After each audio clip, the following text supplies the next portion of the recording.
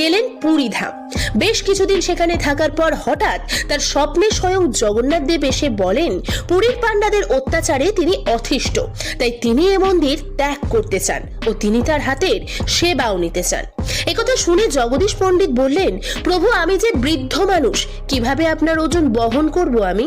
তখন জগন্নাথ দেব জানান, আমি সোলার থেকেও হালকা হয়ে যাব, তুই অনায়াসেই আমাকে বহন করতে পারবি।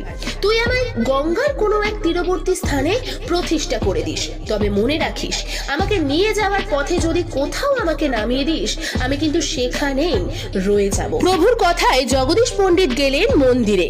সেখানকার পাণ্ডাদের সাথে কথা বলে প্রভুকে একটা পুটলিতে বেঁধে নিয়ে গেলেন তিনি।